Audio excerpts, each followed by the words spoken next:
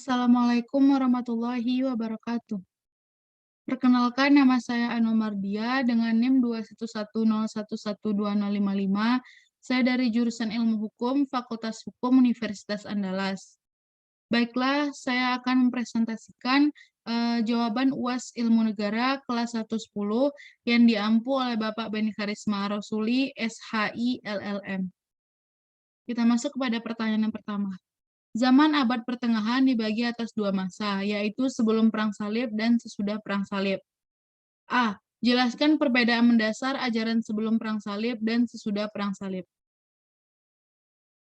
Perbedaan mendasar ajaran sebelum Perang Salib dan sesudah Perang Salib yaitu, pada masa sebelum Perang Salib, ajaran-ajaran tentang negara dan hukum yang ada bersifat teokratis, yang berarti segala sesuatu didasarkan atas kehendak Tuhan. Hal ini terjadi karena dengan diakuinya agama Kristen sebagai agama resmi, membuat masyarakat saat itu sangat patuh terhadap ajaran agama. Ajaran yang diterimanya pure tanpa campur tangan pemikiran lain. Akibatnya, tidak ada pandangan-pandangan kritis terhadap permasalahan yang terjadi di dunia. Sedangkan pada masa setelah Perang Salib, ajaran-ajaran tentang negara dan hukum banyak dipengaruhi oleh pemikiran para sarjana Yunani kuno, seperti pemikiran Plato dan Aristoteles. Hal ini terjadi karena waktu terjadinya Perang Salib, banyak penganut agama Kristen yang pergi ke Timur Tengah seperti ke Palestina untuk menyelamatkan makam-makam Kristen yang terancam. Dari sinilah mereka mengenal kebudayaan dari zaman Yunani kuno. Setelah Perang Salib usai, mereka pun kembali ke negaranya masing-masing dengan membawa kebudayaan Yunani kuno tadi. Dengan demikian, cara berpikir mereka yang sebelumnya bersifat teokratis mutlak berubah menjadi teokratis kritis. Poin B. Jelaskan kedudukan paus dan raja sebelum dan sesudah Perang Salib. Pada masa sebelum Perang Salib, paus bertugas untuk memimpin gereja, dan raja bertugas memimpin negara, dan bahkan paus dianggap lebih tinggi daripada raja. Sedangkan pada masa setelah Perang Salib, raja memiliki kendali penuh untuk memimpin negara secara utuh. Poin C. Berikan pendapat saudara, apakah sekarang ini masih ada negara yang menganut ajaran teokratif atau ketuhanan tersebut? Jawaban saudara disertai alasan. Menurut saya, pada zaman sekarang teokrasi murni sangat jarang ditemui, atau bahkan tidak ada negara yang menganut ajaran ini. Lain halnya dengan negara Kota Vatikan dan Republik Islam Iran yang memiliki sistem teokrasi dan jenis teokrasinya masing-masing. Negara teokrasi Vatikan merupakan monarki non-turun-temurun yang mana kepala negara yang berdaulat adalah seorang paus. Hal tersebut menunjukkan bahwa negara Kota Vatikan tergolong dalam monarki elektif teokratis. Monarki elektif teokratis sebagian besar seperti negara monarki pada umumnya, namun ada unsur ketuhanan yang diterapkan dalam jenis sistem politik ini. Penerapan pemerintahannya seperti kerajaan, namun sangat kental dengan unsur ketuhanan. Sedangkan Republik Islam Iran cenderung pada sistem politik teokrasi jenis teodemokrasi, yang merupakan perpaduan antara unsur ketuhanan dan kemanusiaan. Yang dalam konteks ini, Republik Islam Iran masih melibatkan rakyat dalam menjalankan pemerintahannya. Kedua negara ini menjalankan politik dan pemerintahannya dengan sistem politik ketuhanan, tetapi dengan modelnya masing-masing. Dalam mengimplementasikan sistem politik ini, negara Kota Vatikan dan Republik Islam Iran menunjukkan melalui sistem pemilihan kepala negara, eksistensi partai politik, dan decision making. Soal nomor 2. Jean Bodin merumuskan kedaulatan adalah kekuasaan tertinggi untuk membuat undang-undang dalam suatu negara yang memiliki sifat tertentu. Poin A. Jelaskan sifat-sifat kedaulatan tersebut. Sifat-sifat kedaulatan menurut Jean Bodin yaitu yang pertama, asli, yaitu tidak diturunkan oleh kekuasaan lain. Yang kedua, tertinggi, yaitu tidak ada kekuasaan lain yang lebih tinggi yang dapat membatasi kekuasaannya. Yang ketiga, bersifat abadi. Yang keempat, tidak dapat dibagi-bagi karena hanya ada satu kekuasaan tertinggi. Yang kelima, yaitu tidak dapat dipindahkan atau diserahkan kepada badan lain. Poin B. Jelaskan penggolongan teori kedaulatan. Yang pertama yaitu teori kedaulatan Tuhan, yaitu teori di mana kekuasaan tertinggi terletak pada Tuhan. Setiap hal akan bersumber dari ajaran Tuhan yang kemudian diberikan pada pemimpin negara. Manusia yang berkuasa sebagai pemimpin di suatu negara hanya wakil yang dikehendaki Tuhan untuk memimpin. Negara yang menganut paham ini disebut negara teokrasi. Contoh negara yang menganut teori ini adalah Jepang, Ethiopia, dan lain-lain. Tokoh teori ini adalah Aurelius Agustinus dan Thomas Aquinas. Yang kedua yaitu teori kedaulatan raja, yaitu teori yang menganggap raja sebagai wakil Tuhan atau titisan dewa yang bertugas mengurus seluruh kehidupan duniawi. Pada teori ini, kekuasaan tertinggi berada di tangan raja. Oleh karena itu, raja sangat berperan penting dalam mengatur rakyat. Negara yang menganut paham ini sering disebut negara monarki. Raja berkuasa secara mutlak atau absolut, sehingga raja dapat berbuat semaunya atau tirani dan tidak patuh terhadap konstitusi. Contoh negara penganut teori ini adalah Prancis dan Jerman pada masa Hitler. Pencetus teori ini adalah Jean Bodin dan George Wilhelm Friedrich Hegel. Teori yang ketiga yaitu teori kedaulatan rakyat, yaitu teori yang menyatakan bahwa kekuasaan tertinggi berada di tangan rakyat. Teori ini menganggap kehendak rakyat adalah satu-satunya sumber kekuasaan bagi pemerintah. Rakyat memberikan kekuasaan kepada wakil rakyat untuk menduduki lembaga eksekutif maupun legislatif untuk mewujudkan keinginan-keinginan rakyat, melindungi hak-hak rakyat, dan memerintah berdasarkan hati nurani rakyat. Rakyat mampu mengganti pemerintah yang tidak dapat melaksanakan keinginan-keinginan rakyat. Praktik teori ini banyak dijalankan oleh negara demokrasi modern, yaitu Indonesia. Tokoh teori kedaulatan rakyat adalah Thomas Hobbes, Jean-Jacques Rousseau, dan John Locke.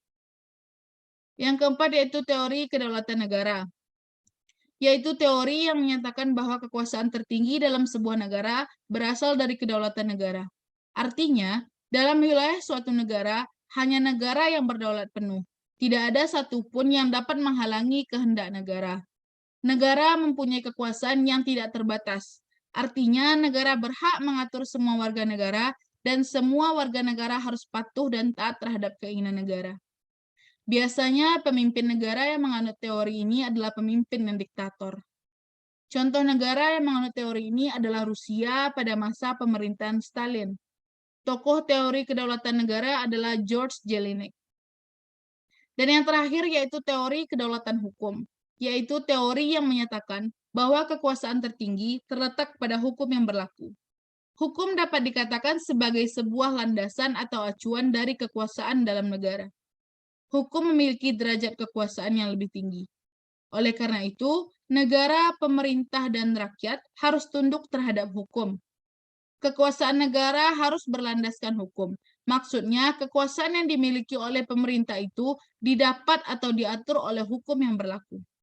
Sehingga kekuasaan itu sah berdasarkan hukum yang berlaku. Negara penganut teori ini adalah Indonesia, Swiss, dan lainnya. Sementara itu, tokoh penganut teori kedaulatan hukum adalah Hugo Crepe, Immanuel Kant, Rudolf Cronenberg, Hugo de Groot atau Grotius, dan Leon Duguid. Poin C. Berikan pendapat saudara, apakah legitimasi kekuasaan atau kedaulatan yang dianut oleh Indonesia pada Undang-Undang Dasar 1945 setelah perubahan? Jawaban saudara disertai alasan dan contoh. Legitimasi kekuasaan atau kedaulatan yang dianut oleh Indonesia pada Undang-Undang Dasar 1945 setelah perubahan dirumuskan dalam pasal 1 ayat 1 Undang-Undang Dasar 1945 yang berbunyi, kedaulatan berada di tangan rakyat dan dilaksanakan menurut undang-undang. Akibat perubahan ini, MPR tidak lagi memiliki kedudukan yang eksklusif sebagai satu-satunya instansi pelaku dan pelaksana kedaulatan rakyat. MPR bukan lagi lembaga tertinggi negara. Pelaksana kedaulatan rakyat adalah rakyat itu sendiri yang dilakukan sesuai dengan ketentuan Undang-Undang Dasar. Dengan demikian, antara kedaulatan rakyat dan hukum ditempatkan sejajar dan berdampingan sehingga dianutlah prinsip konstitusional demokrasi. Pertanyaan yang ketiga. Marsilius berpendapat terbentuknya negara tidak semata-mata atas kehendak Tuhan, melainkan karena perjanjian dari orang-orang yang hidup bersama untuk menyelenggarakan perdamaian. Akibatnya lahirlah perjanjian penundukan yang lebih dikenal dengan factum subjectionis. A. Jelaskan pembagian factum subjectionis. Yang pertama yaitu concessio. Ciri-cirinya yaitu pendudukan yang bersifat terbatas pada apa yang dikehendaki oleh rakyat, kemudian kekuasaan penguasa atau raja hanya bersifat eksekutif, dan yang terakhir, raja tidak berwenang membuat peraturan dan undang-undang, tapi rakyat yang membuatnya. Pembagian yang kedua yaitu translatio. Ciri-cirinya adalah rakyat secara mutlak tunduk pada penguasa, kemudian hak membuat peraturan dan undang-undang ada di tangan penguasa, kemudian kekuasaan penguasa bersifat eksekutif dan konstitutif, dan yang terakhir yaitu dianut oleh kaum glossatoren, yaitu orang-orang yang menyisipkan dan menambahkan hukum yang lama dengan yang baru. Poin B. Jelaskan perbedaan teori perjanjian masyarakat yang dikemukakan oleh J.J. Rousseau dan Thomas Hobbes. Yang pertama dari segi keadaan alamiah. Menurut Thomas Hobbes, manusia pada dasarnya rakus jahat dan cenderung menyakiti orang lain. Manusia dianalogikan sebagai serigala atau homo homini lupus. Sedangkan menurut J.J. Rousseau, manusia yang asalnya baik dirusak oleh peradaban sehingga terjadi kekacauan. Kemudian dari segi factum uniens dan factum subjectionis. Menurut Thomas Hobbes, hanya mengenal factum subjectionis, yaitu sebagian individu berjanji menyerahkan semua hak kodrat mereka kepada seseorang atau sekelompok orang yang dipercaya untuk mengatur hidup mereka. Sedangkan J.J. Rousseau hanya mengenal factum uniens, yaitu setiap individu yang melakukan perjanjian sosial sesama individu untuk menciptakan negara. Yang berdaulat penuh adalah rakyat, sedangkan pemerintah hanya merupakan wakil-wakil rakyat. Kemudian dari segi kedudukan hak alamiah setelah adanya perjanjian. Menurut Thomas Hobbes, rakyat menyerahkan seluruh haknya sehingga raja mempunyai kekuasaan mutlak. Sedangkan menurut J.J. Rousseau, rakyat berdaulat terhadap kemauannya dan pemerintah tidak berhak membatasi hak-hak rakyat. Dan yang terakhir dari segi sifat pemerintah yang terbentuk setelah adanya perjanjian.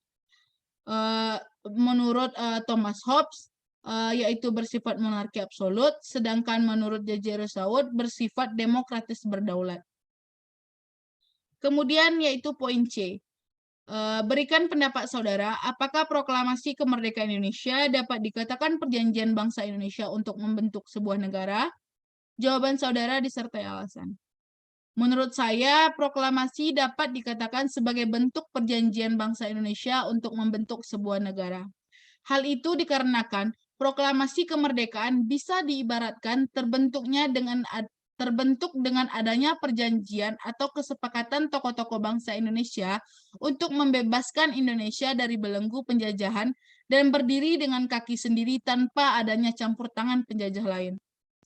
Dengan adanya kemerdekaan, Indonesia bebas untuk membentuk pemerintah sendiri, melakukan kerjasama atau perjanjian dengan negara lain, dan mengatur rakyat Indonesia untuk mencapai tujuan nasional.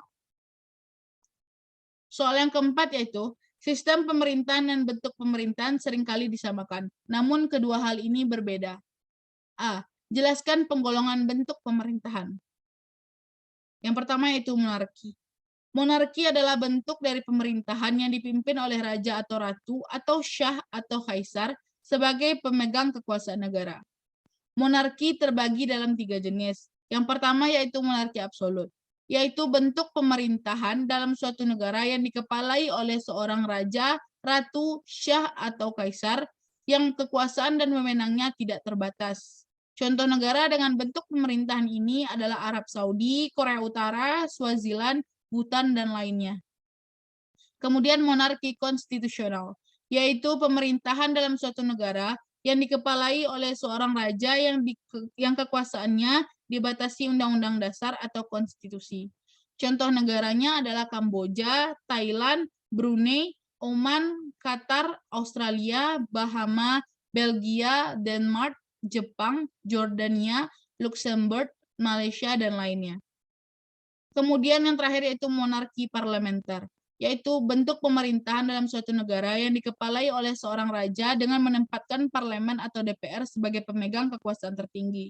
Contoh negara monarki parlementer adalah Inggris, Belanda, Malaysia, dan lainnya. Kemudian bentuk negara berikutnya adalah tirani. Tirani adalah bentuk pemerintahan yang kekuasaan negaranya dipegang oleh satu orang dan dijalankan dengan sewenang-wenangnya secara otoriter dan absolut. Contoh negara yang pernah menjalankan bentuk tirani adalah Jerman oleh Adolf Hitler dan Uni Soviet oleh Joseph Stalin. Kemudian bentuk negara berikutnya adalah aristokrasi. Aristokrasi adalah bentuk pemerintahan yang kekuasaan negaranya dipegang oleh beberapa orang, yaitu orang yang memiliki peranan penting seperti halnya kaum cendekiawan. Pemerintahan aristokrasi terdiri dari individu-individu yang dianggap paling cocok untuk memerintah karena kebangsawanan mereka, tingkat superioritas moral, dan intelektual yang dianggap diturunkan secara genetik melalui garis keluarga. Negara yang pernah menjalankan bentuk ini adalah Prancis, Rusia, Inggris, India, Nigeria, dan lainnya. Kemudian bentuk pemerintahan oligarki. Oligarki adalah bentuk pemerintahan yang kekuasaan negaranya dipegang oleh beberapa orang, yaitu orang-orang yang lebih kaya dan berkuasa daripada populasi lainnya. Contoh negara yang pernah menjalankan bentuk oligarki adalah Afrika Selatan, Uni Soviet, dan lainnya. Kemudian bentuk pemerintahan demokrasi. Demokrasi adalah bentuk pemerintahan di mana semua warga negaranya memiliki hak yang sama untuk pengambilan keputusan yang dapat mengubah hidup mereka. Contoh negara demokrasi adalah Indonesia, Norwegia, Selandia, dan lainnya. Lalu bentuk pemerintahan teknokrasi, yaitu bentuk pemerintahan ketika para pakar teknis menguasai pengambilan keputusan dalam bidangnya masing-masing. Bentuk pemerintahan timokrasi, yaitu bentuk dari pemerintahan dengan ideal tertinggi negara diatur oleh para pemimpin yang memiliki kehormatan dan kelayakan. Timokrasi ini merupakan lawan dari kepemimpinan yang berdasarkan kelas, keturunan, kekuasaan, dan hak istimewa. Kemudian kleptokrasi. Kleptokrasi adalah bentuk pemerintahan yang mengambil uang yang berasal dari rakyat untuk memperkaya kelompok tertentu atau diri sendiri. Oklokrasi. Oklokrasi bisa terjadi ketika negara berada dalam kondisi anarki dan masa membangun pemerintahan yang ilegal. Mereka memiliki kekuasaan dengan menggunakan senjata dalam jumlah besar sehingga rakyat lain menjadi takut. Kemudian bentuk pemerintahan plutokrasi, yaitu plutokrasi bentuk pemerintahan di mana kekuasaan dipegang oleh seorang yang kaya raya. Kemudian bentuk pemerintahan emirat. Emirat adalah bentuk pemerintahan yang dipimpin oleh seorang emir. Salah satu contoh negara emirat yaitu Uni Emirat Arab. Kemudian yang terakhir bentuk pemerintahan federasi, yaitu bentuk pemerintahan yang membagi negaranya menjadi beberapa bagian yang saling bekerja sama untuk membentuk negara kesatuan. Contoh negara yang pernah menganut bentuk federasi adalah Amerika Serikat, Australia, Kanada, India, dan lain-lain. Kita masuk ke dalam poin B. Sebutkan ciri-ciri dari sistem pemerintahan parlementer. Yang pertama yaitu presiden menjabat sebagai kepala negara, sedangkan untuk kepala pemerintahan adalah Perdana Menteri. Yang kedua, yang memiliki hak prerogatif adalah Perdana Menteri. Ciri-ciri yang ketiga yaitu lembaga eksekutif memiliki tanggung jawab kepada lembaga legislatif. Yang keempat, menteri memiliki tanggung jawab kepada lembaga legislatif. Dan yang kelima, yaitu lembaga legislatif memiliki wewenang menurunkan lembaga eksekutif. Yang terakhir, lembaga eksekutif dipilih oleh lembaga legislatif. Kita masuk dalam poin C. Jelaskan sistem pemerintahan yang dianut negara Indonesia. Berikan dasar hukumnya. Sistem pemerintahan yang dianut oleh Indonesia adalah presidensial, yaitu sistem pemerintahan yang kepala di pemerintahannya dipegang oleh presiden. Dalam sistem ini, adanya pemisahan kekuasaan yaitu eksekutif, legislatif, dan yudikatif yang berdasarkan prinsip checks and balance. Alasan Indonesia menggunakan sistem presidensial karena sistem presidensial adalah sistem yang cocok dengan sistem demokrasi Pancasila yang dianut Indonesia. Dasar hukumnya yaitu pasal 4 ayat 1 Undang-Undang Dasar 1945 yang berbunyi, Presiden Republik Indonesia memegang kekuasaan pemerintahan menurut Undang-Undang Dasar. Kita masuk ke dalam soal yang nomor 5. Bentuk negara merupakan susunan organisasi negara sebagai keseluruhan struktur negara yang meliputi segenap unsur-unsurnya. Jelaskan bentuk negara yang saudara ketahui. Yang pertama yaitu negara kesatuan atau unitarisme. Negara kesatuan adalah bentuk negara yang merdeka dan berdaulat dengan satu pemerintahan pusat yang berkuasa dan mengatur seluruh daerah. Dalam negara kesatuan, kedaulatan negara bersifat tunggal dan di dalamnya tidak terdapat negara bagian. Contoh negara kesatuan yaitu Indonesia, Spanyol, Brunei Darussalam, dan lainnya. Negara kesatuan terbagi dua, yaitu negara kesatuan sistem sentralisasi dan negara kesatuan sistem desentralisasi. Negara kesatuan sistem sentralisasi adalah bentuk negara di mana pemerintah pusat memiliki kedaulatan penuh untuk menyelenggarakan urusan pemerintah dari pusat hingga daerah termasuk segala hal yang menyangkut urusan pemerintah daerah. Pemerintah daerah hanya bersifat pasif dan menjalankan perintah dari pemerintah pusat. Contoh negara yang menerapkan adalah Jerman pada masa Hitler. Yang kedua yaitu negara kesatuan sistem desentralisasi, yaitu bentuk negara di mana pemerintahan pusat sebagai pemegang kekuasaan tertinggi dalam negara memberikan sebagian kekuasaannya kepada daerah atau hak otonom. Dalam sistem pemerintahan ini, daerah membuat peraturan yang sesuai dengan kondisi daerahnya, asal peraturan itu tidak bertentangan dengan peraturan di atasnya. Pemerintah pusat tidak lagi memegang kekuasaan seluruh urusan pokok saja, seperti urusan pemerintahan umum, politik, keuangan, dan hubungan luar negeri. Contoh negara yang menerapkan sistem ini adalah Indonesia. Kemudian yaitu negara serikat atau federal. Negara serikat adalah bentuk negara gabungan yang terdiri dari beberapa negara bagian dari sebuah negara serikat. Berbeda dengan negara kesatuan, negara bagian memiliki kewenangan untuk membuat undang-undang sendiri, akan tetapi harus sesuai dengan konstitusi dasar negara serikat tersebut. Negara bagian juga bisa memiliki kepala negara sendiri dan parlemen sendiri. Contoh negara serikat adalah Amerika Serikat, Jerman, dan India. Kemudian negara dominion, yaitu bentuk negara yang hanya terdapat di dalam lingkungan Inggris. Negara dominion sebelumnya adalah jajahan Inggris. Kemudian negara tersebut merdeka dan berdaulat dan mengakui raja atau ratu Inggris sebagai lambang persatuan. Negara-negara dominion memiliki kemerdekaan dan kedaulatan penuh baik ke dalam maupun ke luar negeri. Kemudian negara protektorat, yaitu negara yang berada di bawah lindungan negara lain. Negara yang dilindungi dianggap tidak merdeka dan berdaulat.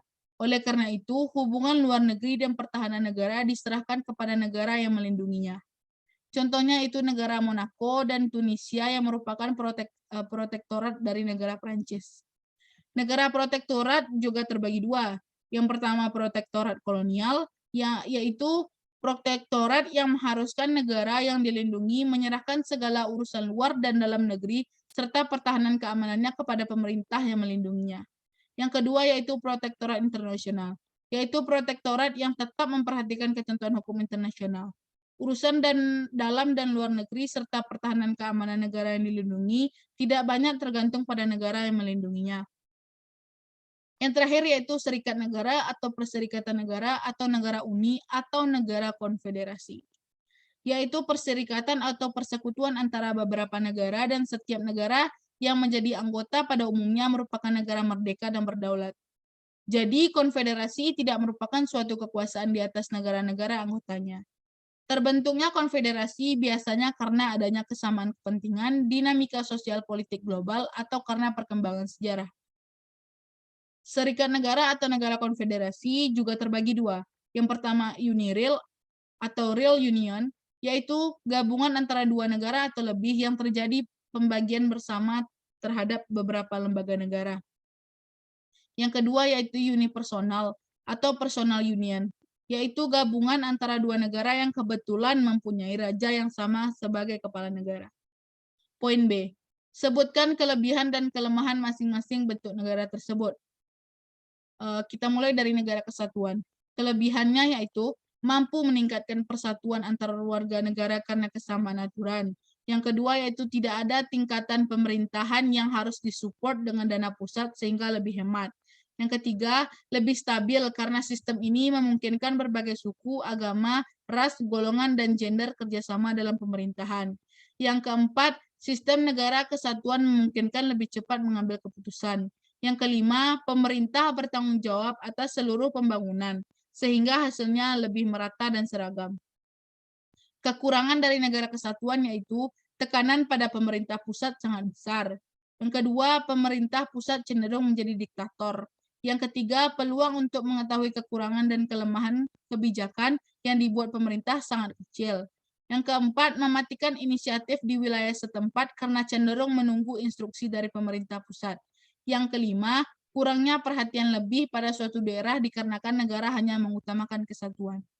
Kemudian kita masuk ke dalam negara serikat.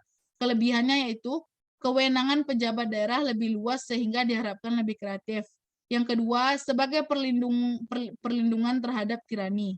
Yang ketiga, mendorong inovasi dalam hukum dan kebijakan. Yang keempat, pemerintah negara bagian bisa lebih responsif terhadap kebutuhan warga negara. Yang kelima, daerah yang memiliki potensi alam yang baik bisa lebih cepat berkembang. Sedangkan kekurangan dari negara serikat yaitu memiliki sejarah melindungi perbudakan dan pemisahan, penyumbatan kebijakan nasionalis oleh negara-negara. Yang ketiga, merugikan kalangan bawah. Yang keempat, biaya demokrasi mahal karena pemilihan pejabat dilakukan berkali-kali. Dan yang kelima yaitu kepemimpinan pusat dan daerah bisa tidak sejalan karena mereka memiliki kepentingan masing-masing.